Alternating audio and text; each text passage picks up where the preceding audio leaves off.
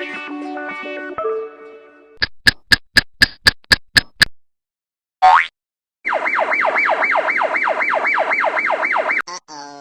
Morning guys. तर आज आपण आपला पहिला ब्लॉग शूट करतोय. काय मागे टाईम नाही मिळाला शूट करायला, सो आज करतोय. आज माझा पेपर आहे सॉफ्टवेअर इंजिनिअरिंगचा, सो अभ्यास करायचा होता पण तो काय नाही झाला. आता आम्ही निघतोय कॉलेजला, सो चला. उशीर झालेला म्हणून मम्मीने आपल्याला रितसर घराच्या बाहेर हाकलून दिलंय, बोलली पहिले कॉलेजला जा. आणि आता मी आज बेबी घेऊन नाही जाते, आज जाते मी बसने, कारण माझा अभ्यास नाही झालेला. अभ्यास तर करावा लागेल ॲटलिस्ट बसमध्ये तरी. महाराजांचं दर्शन घेऊन मी बस स्टँडकडे निघाले आणि तेवढ्यात माझी बस सुटली आणि मला अर्धा तास वेट करावा लागला. फायनली बस आणि बसायला जागा, तेही विंडो सीट मिळाल्यावर मी पटकन जाऊन बसले आणि थोडा हवेचा फील घेतला. फिल्मी वाटत होतं खूप आणि नंतर विचार आला की आपल्याला थोडंसं सिरियस होऊन स्टडी करण्याची गरज आहे. सो मी फटाफट बुक ओपन केली आणि पहिलं लक्ष माझं त्या छोटूशा ड्रॉइंगकडे गेलं. ते माझं हिडन टॅलेंट आहे आणि मला असं वाटतं ते हिडन राहिलेलंच ठीक आहे. कॉलेजला पोचल्यावर एवढी गर्दी बघून असं वाटलं की यातल्या अर्ध्या लोकांचे तर बॅकलॉग राहणार आहेत, मग आरामात जावं माणसाने. 3 hours later. तर आमचा पेपर झालाय, आम्ही जेवलो आणि आता आम्ही आलोय डिपार्टमेंटला. आमच्या डिपार्टमेंटमध्ये कोणीच नाही आणि हा फेल होणार आहे आजच्या पेपरमध्ये. कुत्रा ENTCचा स्टुडंट कॉर्नर गाईड्स किती मस्त आहे. इंजिनिअरिंग बेरोजगारी का दुसरा नाम ब्रो, बरोबर का नाही? बरोबर आहे. फक्त 2 मिनिट राहिले होते घरी पोचायला, तेवढंच खूप जोराचा पाऊस आला आणि मी पूर्ण भिजले. असं कोणाचं नशीब असू शकतं यार.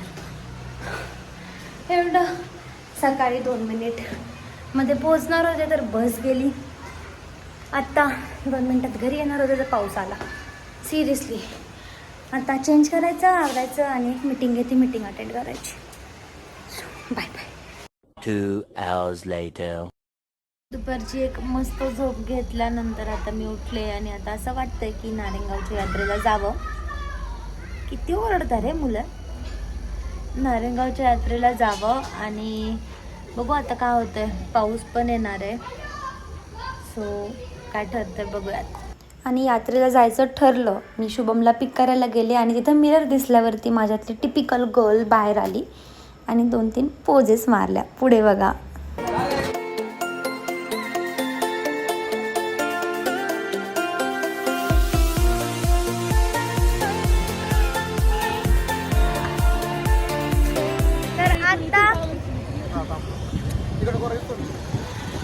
तर आता आम्ही आलो यात्रेत आणि मी नयनला पण बोलवून घेतलंय.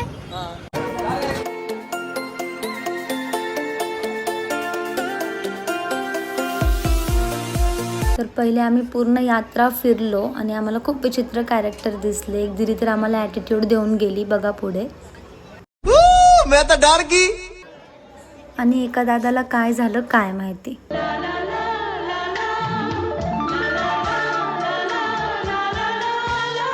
नंतर आम्ही राईड्समध्ये बसायला गेलो.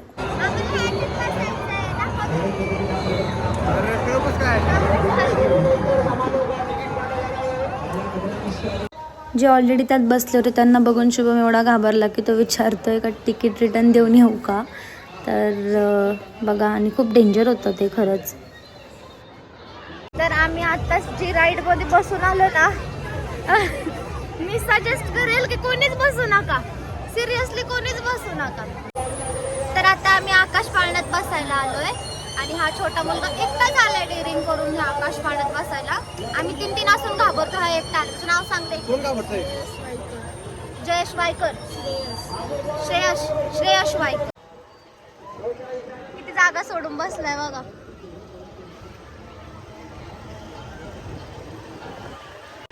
अरे बस ना.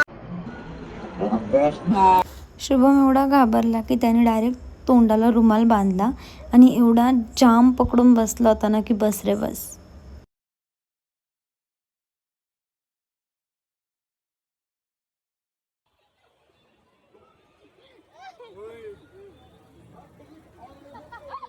भाई मजा आया. मला वाटत नाहीये. पाळणा हलतं. राईडमध्ये बसून पोट नाही भरला. आता आम्ही आलो ब्रेक डान्समध्ये नयन घाबरतो. बघूया आता.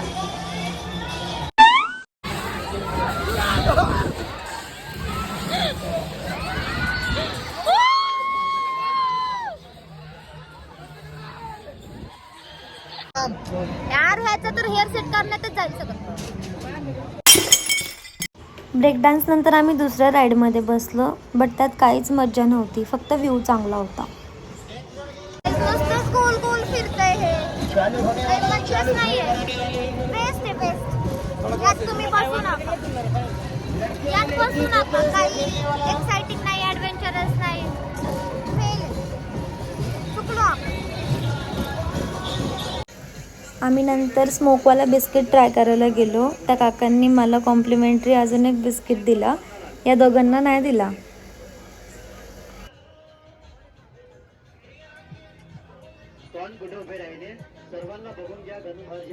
फिरून झाल्यावर आता आम्ही आलो जेवायला.